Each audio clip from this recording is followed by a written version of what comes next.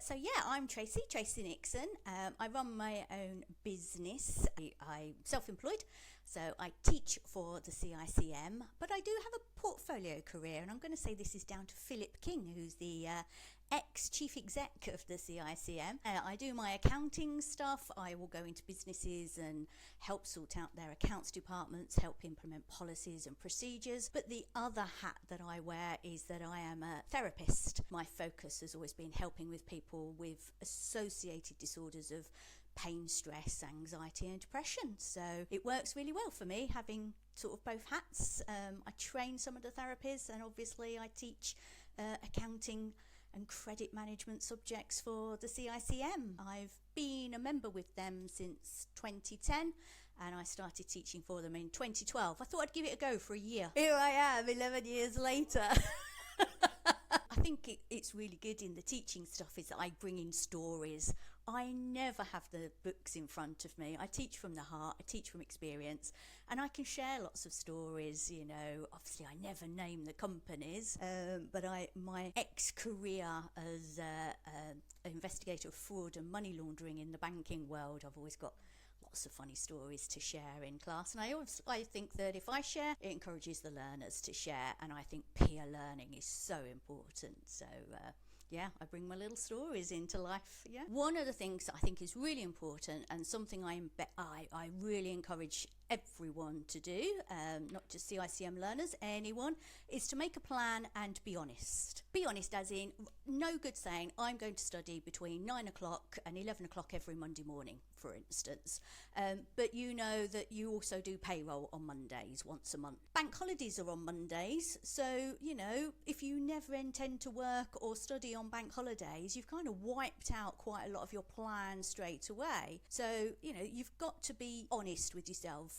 Put in the dog walks, picking up kids from school, going to the gym, sports events. I go hiking and concerts a lot. Put in those in my diary. And you know, if you must watch a programme live on telly, you know, write that in your little plan, as well as anything else that you think is your must-dos. And then what's left, if you like, is you can see where your thieves of time are. I always call them the thieves of time, scrolling on these things.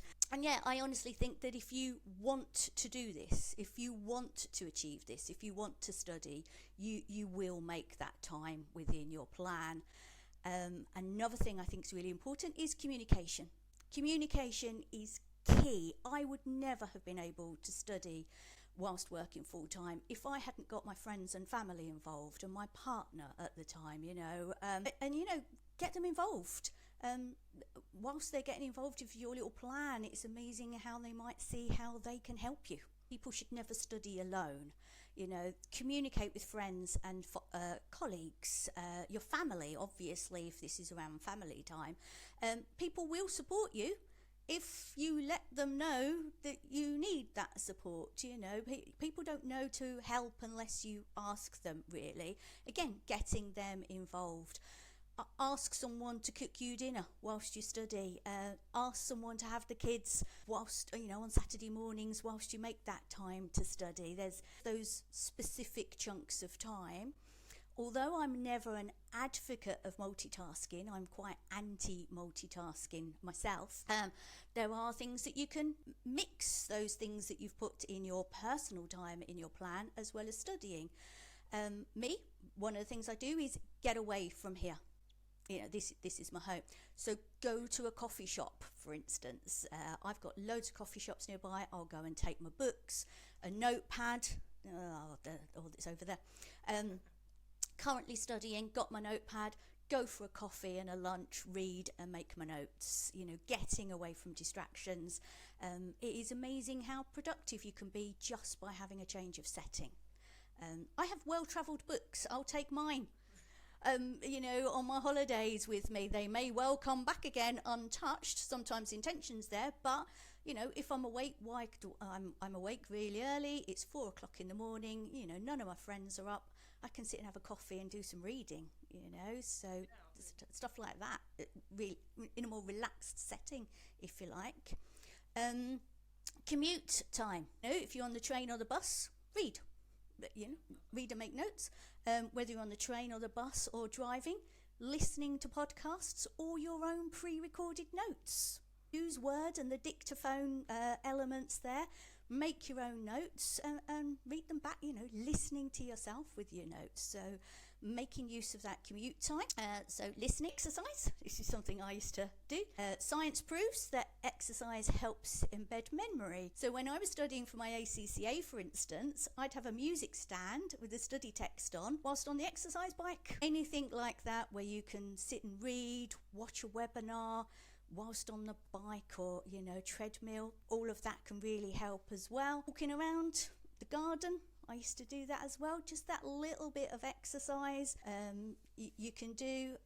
Again, if you run or you walk, cycling, and you use the headphones, listening to your podcasts or your own pre-recorded notes again can really help. So we haven't dedicated time to this so far, have we? We're just doing it whilst we're doing other tasks. I hate ironing. I don't do my own ironing, but you could do a webinar or listen to something whilst you're doing the ironing. It's a task some will say has to be done. My opinion, incredibly boring tasks. So mash it up whilst you're doing something else. Small chunks of time. I massively advocate that, especially with some of the CICM study texts. You can't sit and read it for 8 hours straight. No one expects you to. Science is proving science has proven we stop taking in new information after 45 minutes. Science is coming up with the fact, due to social media and the quick scrolling, that we are taking in less after 20 minutes. So, don't sit there and think you're going to read for 8 hours, because after 45 minutes, you're not taking much in anyway. Don't plan it to do it all day on Sunday. That looks overwhelming. It seems overwhelming. But can we do an hour a day? And if that seems like a lot, well, let's do 2 lots of 30 minutes. Now, 2 lots of 30 minutes don't seem like overwhelming tasks, do they? But actually, if you're one of those that learns even less in 20 minutes, can we manage 4 lots of 15 minutes?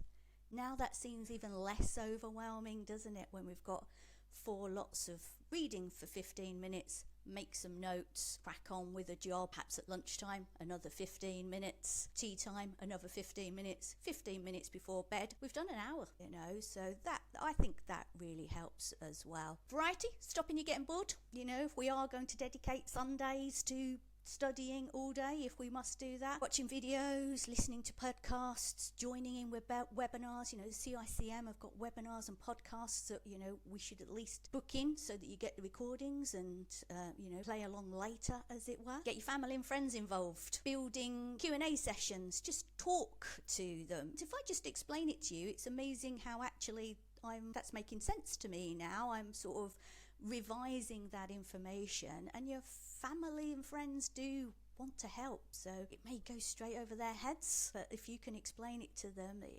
it can well help. So again, can't stress enough that talking, communicating with friends and family, everybody who's involved in that, you don't have to study alone, and again, allow them to help you manage that time. To prevent feeling overwhelmed and burnt out is don't stop doing what you love. And if you forget that, make a list of the things that give you joy and ensure you do them, 1 a week, 1 a month. Remember what the goal is. What are you rewarding yourself with at the end of the course or after the exams? Make sure that you could sit there and go, oh, great, now I'm going on holiday. Now I'm going to do for me, a big hike or whatever it is, So have those rewards. Remember what your focus is. I'm going to say again, communicate. Tell someone how you feel. Ask someone to help you relax. Take something off you. Remember what is you find relaxing, what it is that downtime is. People think that they're not productive if they take a break, and the opposite is true. So key tips to preventing overwhelm, stress or burnout: relaxation techniques, yoga, meditation, gentle walk, just stop with some deep breathing exercises. Every therapist I know will always say about getting enough sleep. Don't study until 2 o'clock in the morning. If you started at 10, you probably stopped at 11 anyway, you know. So I love the quote. I love this quote. If you want something, you'll find a way. If not, you'll find an excuse. Okay, I love that quote. I can't remember where it came from or where I saw it, but it was, a long time ago, maybe just before I became self-employed. It was like, yes, if you want something, you'll find a way. If not, you'll find an excuse. So how do you know if you've got the capacity? You go back to the first thing I said and you look at that plan. Yeah, you start being honest about where your time goes and recording it. Decide on whether or not those unproductive thieves of time can be better used to gain a qualification and therefore maybe improve your career prospects. From there, you make that study plan. You know, those chunks of time, 8 hours a week potentially for level 3, level 5 courses. Can we be breaking those down into those less overwhelming chunks of time of 15 minutes instead of 8 hours all day on Sunday, for instance? So that capacity then becomes easier to find. And again, my most important thing I'm going to say is you talk to people, your workplace mentor, your friends, your family, the CICM, your tutor, especially the CICM, talk to people so you're going to start finding who your support and your personal learning network are. And then, remember, you don't have to do this alone. You're just going to wrap up everything that I've just said. The capacity is there if you want it.